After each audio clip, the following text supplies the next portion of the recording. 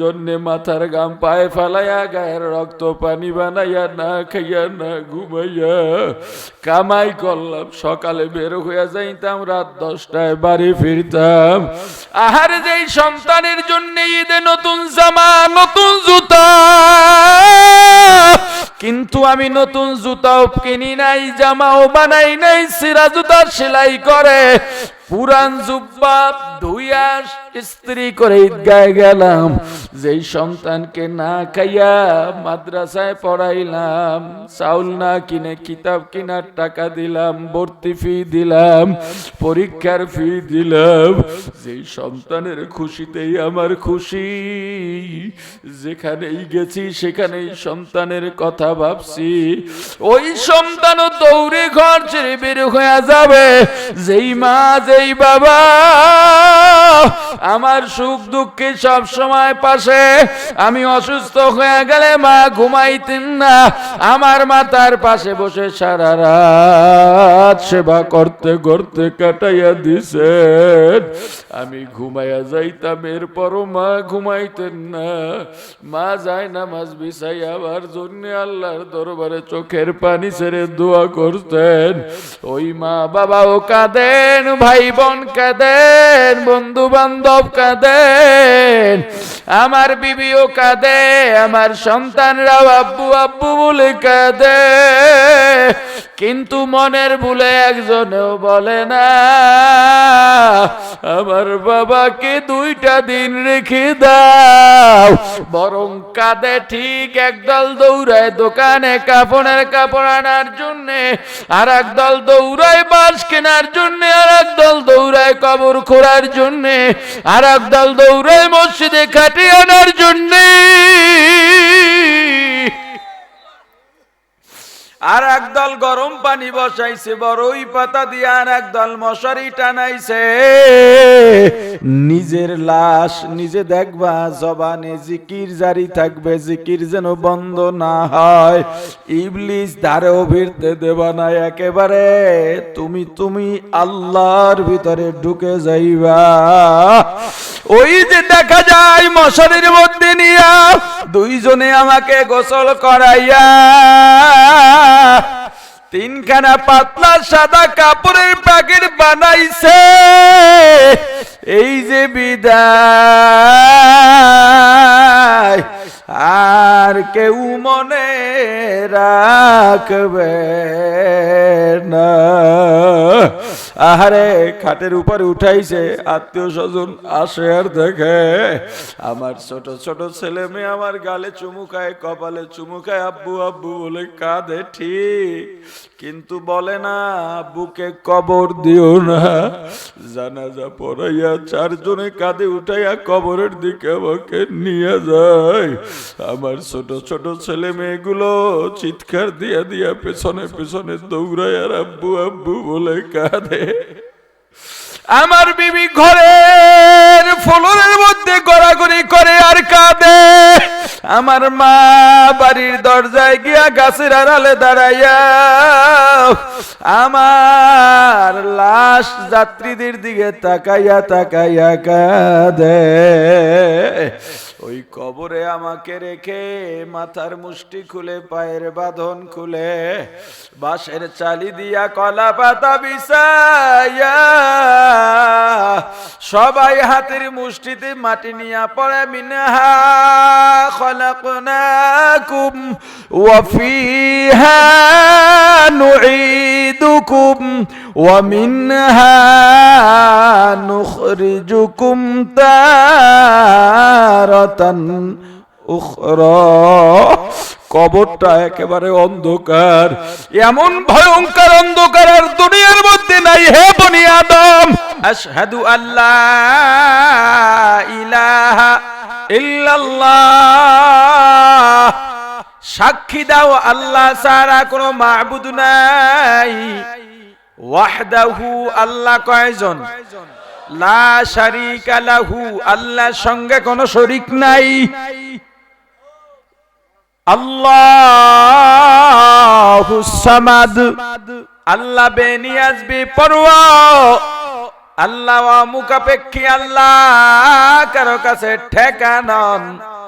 লাম ইয়ালিদ ওয়া লাম ইউলাদ, আল্লাহ কাউকে জন্ম দেন নাই, কারো থেকে জন্ম নেন নাই। আল্লাহ দুনিয়ার কারো মতো নন, দুনিয়ার কেউ আল্লাহর মতো নয়। তাহলে আল্লাহ কার মতো? কয় না, আল্লাহর মতো। আল্লাহ কার মতো? আপনি আমি কল্পনা করব আল্লাহ কেমন? আল্লাহকে দেখা যায় না, অনুভব করা যায়। কথা বলে না। তবে আল্লাহ, আপনারা চাইলে আল্লাহকে আমি দেখাইয়া যাইতে পারি। সত্যি কথা বলছি। দেখবেন আল্লাহকে? আরে কথা বলে না, দেখবেন? আচ্ছা, তার আগে কিছু থিম বলি। আতরের দোকানে গেলে ঘ্রাণ পাওয়া যায় কি যায় না? আপনাকে দোকানদার গোলাপ দিল, ঘ্রাণ পাইলেন, বেলি দিল, ঘ্রাণ পাইলেন, রোদ দিল, ঘ্রাণ পাইলেন। সবগুলোর ঘ্রাণ এক না ভিন্ন ভিন্ন? বলেন তো কোনটার ঘ্রাণ কেমন? কয় না। হ্যাঁ, আচ্ছা, আমরা মিষ্টি খাই না? চিনি কেমন লাগে? জোরে?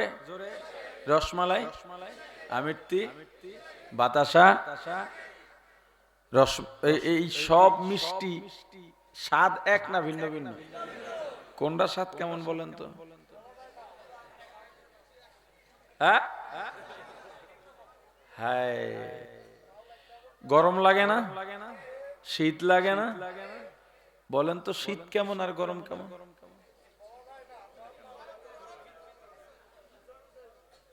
পেটে ব্যথা করে, মাথা ব্যথা, কাটলে ব্যথা? বলেন তো ব্যথাটা কেমন? हकीकत से तो दुनिया बेखबर है, दुनिया की नुमाइश पर नजर है। नमी गुयम के आज दुनिया जुदा बाश, बहर कारे के बाशी बा खुदा बाश। सिस्त दुनिया आज खुदा गाफिल बुदन, नए कमाशों कुरा गोफर जिंदो जान। दुनिया में हो दुनिया का तलबगार नहीं हो, दुनिया में हो दुनिया का तलबगार नहीं हो। बाजार से गुजर हो खरीददार नहीं हो, बाजार से गुजर हो खरीददार नहीं हो। जागा जी लगाने के दुनिया नहीं है, जागा जी लगाने के दुनिया नहीं है। ये इबरत की जाहे तमाशा नहीं है, ये इबरत की जाहे तमाशा नहीं है। ला इलाहा इल्लल्लाह, ला इलाहा इल्लल्लाह, ला इलाहा इल्लल्लाह, ला इलाहा।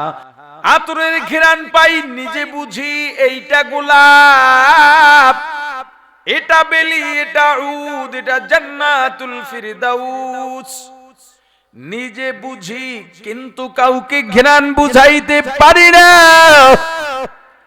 মরিচ মুখে লাগলে ঝাল লাগে, কিন্তু কাউকে বুঝাইতে পারি না ঝাল কেমন।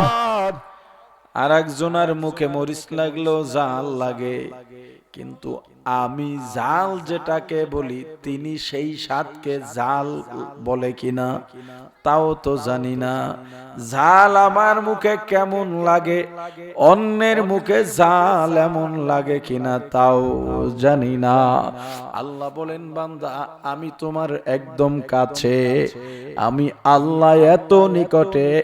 আমার রাসূলকে আল্লাহ বলেন, হাবিব আমার, আমি আল্লাহর অবস্থান সম্পর্কে যদি কেউ জানতে চায় আপনি জানায় দেন, ফাইন্নী করিব, আমি আল্লাহ অতি নিকটে। আল্লাহ কাছে না দূরে? জোরে বলেন, কতটা কাছে? নাহনু আকরাবু ইলাইহি মিন হাবলিল ওয়ারিদ।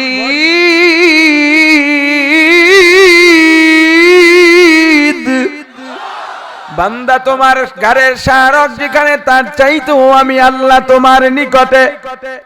ওয়া হুয়া মাকুম আইনামা কুনতুম। বান্দা তুমি যখন যেথায় যাও আল্লাহ তোমার সঙ্গে আছেন। তুমি যদি একজন হও একজন মনে করবা না, আল্লাহকে নিয়ে দুইজন মনে করবা, দুইজন হলে দুইজন নও, আল্লাহকে নিয়ে তিনজন মনে করবা। যতজন হইবা আল্লাহকে নিয়ে একজন বেশি মনে করবা। ফাআইনামা তুওয়াল্লু ফাতাম্মা ওয়াজহুল্লাহ। বান্দা যেদিকে তোমার মুখ ঘুরাইবা, ঘাড় ঘুরাইবা, চোখ ঘুরাইবা, সেদিকেই আল্লাহকে দেখতে পাইবা।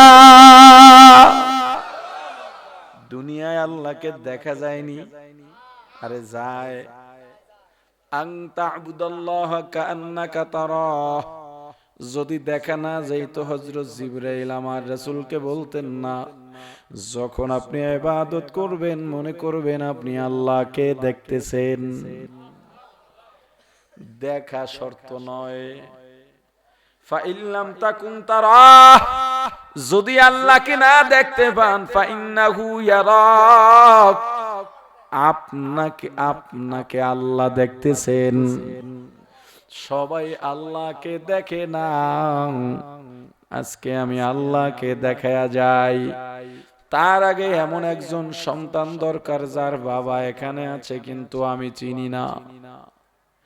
স্টেজে দাঁড়িয়ে তোমার বাবার বর্ণনা এমন ভাবে দেবা, তোমার বর্ণনার পর ময়দানে তাকাইলেই যেন তোমার বাবাকে চিনে ফেলতে পারি। হিসাবটা সহজ, আগে বুঝেন। একজন আমাকে তোমার বাবার পরিচয় দেবা এমন ভাবে, কোনোদিন তোমার বাবাকে দেখি নাই, এমন ভাবে পরিচয়টা দাও যেন আমি ময়দানে দেখেই তাকে চিনে ফেলতে পারি। এমন কোন সন্তান আছে যে বাবার পরিচয়টা আমাকে এভাবে দিতে পারবে, বর্ণনা যেন দেখেই চিনে ফেলতে পারি? কেউ নাই? নাই কেউ। ফেনীতে বহু বছর আগে এরকম বয়ানে কোন এক প্রসঙ্গে বলার পরে যুবক একজন দাঁড়ায় গেছে, বাবারে যদি না চিনাইতে পারি কেমন সন্তান। পাশের থেকে সবাই টানে, বেটা যাইস না দিকে, লাফাইতে লাফাইতে আছেন। তো ওই স্টেজের সামনে ব্যারিকেড ছিল আর কি, বিভিন্ন মাঠে থাকে তো স্টেজের সামনে এসে উঠছে। আমি বললাম বলো। বলতেছে আমার বাবা 5 ফিট 6 ইঞ্চি লম্বা, এরপরে শ্যাম বর্ণের, বেশি কালো না, দাঁড়িয়ে আছে, জুব্বা পাঞ্জাবি পরে থাকে, কখনো পাঞ্জাবিও পরে জুব্বাও পরে। আমি বললাম দাড়ি? কয় এখন কিছু পাকছে, কিছু কালো আছে, সাদা দাড়িতে মেহেদি লাগানো।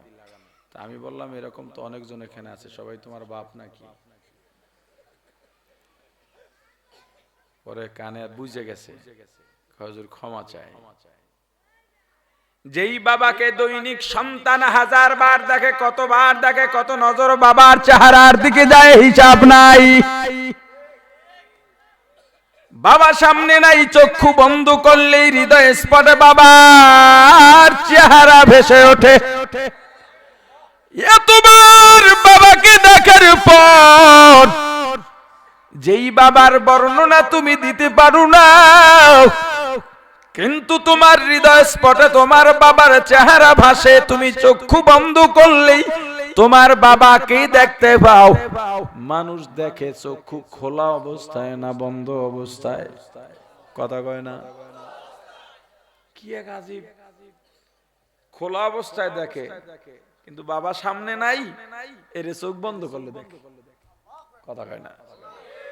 এই কথাগুলো বোঝেন, বুঝতে পারলে ভালো। এই কথাগুলো বেশি গভীরের কথা। মানুষ চোখ খোলা থাকলে দেখতে পায়, বাবা সামনে নাই, চোখ বন্ধ করলে দেখে। কি মানে আমি কি ভুল কইতেছি নাকি? আপনাদের ঘর বাড়ি, দরজা, রুম, ছেলে মেয়ে কি এখন সামনে আছে? চোখ বন্ধ করেন? কথা কয় না? দরজার কোন দিক দিয়ে সিটকানি আছে, কোন দিকে জুতার র‍্যাক আছে, কোন দিকে পাতিলা, কোন দিকে কিচেন রুম, কোথায় ছেলে ঘুমায়, কোথায় মেয়ে ঘুমায়, বিবি কোথায় ঘুমায়, ঘরে আলনাটা কোথায়, কয়টা ফাইলা পাত্রী, সব কিছু দেখা যায়। কথা বলে না? দেখছেন কেমনে? চোখ বন্ধ করে দেখে কি দিয়া মিয়া? বলেন বলেন। ওইটা দিয়ে আল্লাহকে দেখা যায়।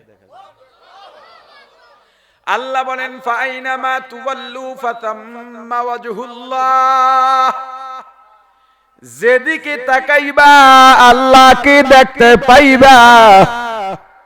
যারা মুমিন, যাদের কলবে আমার আল্লাহ, যারা আল্লাহকে খুঁজে বেড়ায়, যারা আল্লাহর সঙ্গে সম্পর্ক গড়ার জন্য গভীর রাতে উঠে যায়, নামাজ বিছায়, চোখের পানি ছেড়ে কাঁদে, কাজ করতে গেলে আল্লাহ বেজার হবে এজন্য করে না। যেখানে আল্লাহর রেজামন্দি আছে সেই কাজ করে অন্তরে শান্তি পায়। মানুষ গুনাহ করে সেটা দেখলে কলিজায় লাগে, মানুষ মারা যায় বা গুনাহ করলে জাহান্নাম।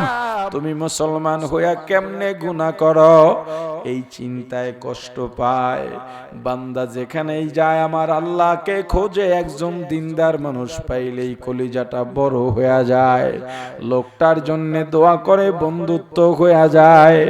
আল্লাহর ওই বান্দা গাছের দিকে তাকাইলে আমার আল্লাহকে দেখতে পায়, আকাশের দিকে তাকাইলে আমার মাওলাকে দেখতে পায়, নদীর পানির দিকে তাকাইলে আল্লাহকে দেখতে পায়। তুমি দেখতে পাও না, বলে তুমি কেমনে আল্লাহকে দেখলা? বলে আমি দেখি, তোমাকে বুঝাইতে পারি না। বাবাকে দৈনিক দেখি কিন্তু বর্ণনা দিতে পারি না।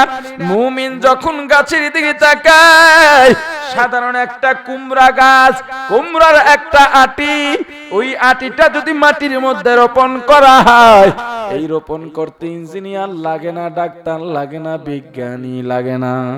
ঘরের মহিলা বা ছোট সন্তান, ছেলে কিংবা মেয়ে, মাটির মধ্যে ফেলায় রাখলেই 2-4 দিন পরে সবুজ 2টা পাতা গজায়। কোত্থেকে এলো পাতা 2টা? নিচে তো মেশিন ফিট করা নাই, বিদ্যুতের লাইন নাই। 1 মাইল দূরে মাটি খোঁড়েন, দেখেন কোনো কিছু আছে কিনা, নাই। জেনারেটর নাই। ওই পাতা 2টার মধ্য থেকে আরো পাতা বের হয়, এরপরে আস্তে আস্তে বড় হয়, লতা হয়ে যায়। ওই পাতার গোড়া দিয়া ফুল বের হয়, হলুদ রঙের ফুল, ফুলের গোড়ায় ছোট্ট কুমড়া। একটা সময় কুমড়াটা এত বড় হয়ে যায়, আমার নিজের দেখা যাত্রাবাড়ি আরো 13 মণ ওজনের কুমড়া। ও ভাই, দুনিয়ার কোন বিজ্ঞানী আজ পর্যন্ত এমন 2টা পাতা গজায়া দেখাইতে পারে নাই। বরং পাতা গজাবার পরে কেমনে গাছ ভালো থাকবে সেই চিকিৎসা দিতে পেরেছে, ওষুধ দিতে পেরেছে, পাতা বানাইতে পারে নাই।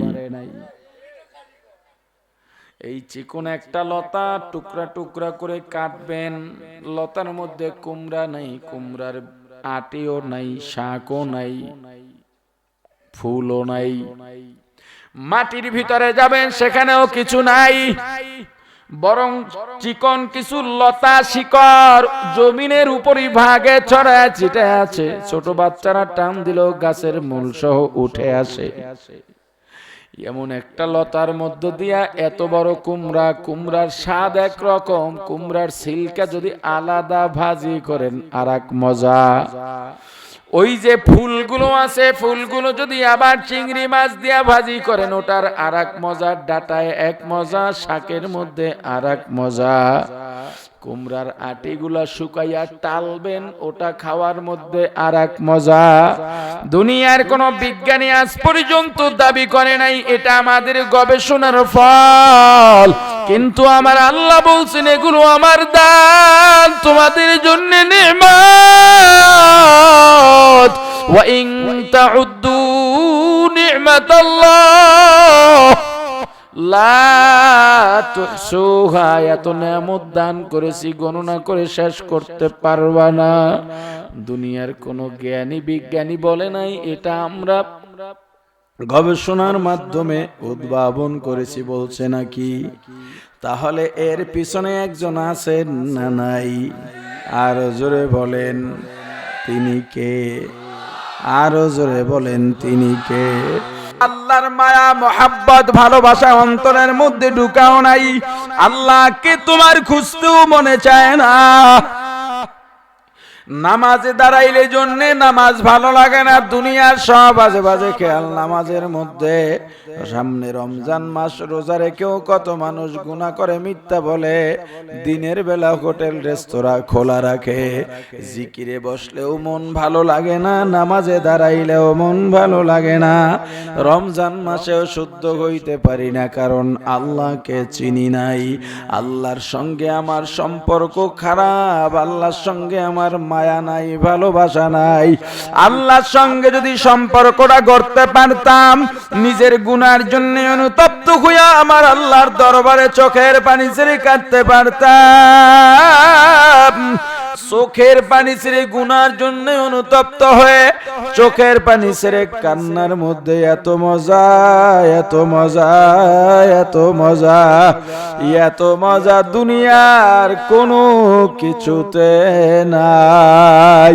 ওরে আমার ভাই, পর্দার মা বোনেরা, আল্লাহর সঙ্গে সম্পর্ক গড়ো। একটা অনুরোধ করে যাব, জীবন বর্ত বয়ান করলাম আর বয়ান শুনলাম, আজরাইল কখন সামনে দাঁড়ায় যায় জানি না। এই যে চলাফেরা করি, হাঁটা চলা করি, কথা বলি, কাজ কর্মে ব্যস্ত, এর মাঝেই আজরাইল সামনে দাঁড়ায় যাবে। আজরাইল তো আসবেই আসবে, এইটা একটু অন্তরে ঢুকাও। আর যদি কিচ্ছু না পারো, আজকে একটা অনুরোধ করি, আজকে দিনের জন্য একটু করে নাও, আমার কথাটা মানো, পরামর্শটা নাও, বাসায় যাইবা। এখন তো রাত এমনিই গভীর হয়ে গেছে, সবাই ঘুমাবে, তুমি ওযু সুন্দর করে ওযু বানাও, আলাদা একটা রুমের মধ্যে যাও, ওই রুমে কেউ নাই, যায় নামাজ বিছায় দাও, এরপরে নামাজে দাঁড়াও, তাকবীরে তাহরিমায় আল্লাহু আকবার বলে যখন হাত বাঁধবা, এই যে দুনিয়ার সব সম্পর্ক শেষ, আর কেউ আসবে না, আমার কেউ নাই, এখন আমি আর আমার আল্লাহ, আমি আর আমার আল্লাহ, এর মাঝে আর কেউ ঢুকতে পারবে না।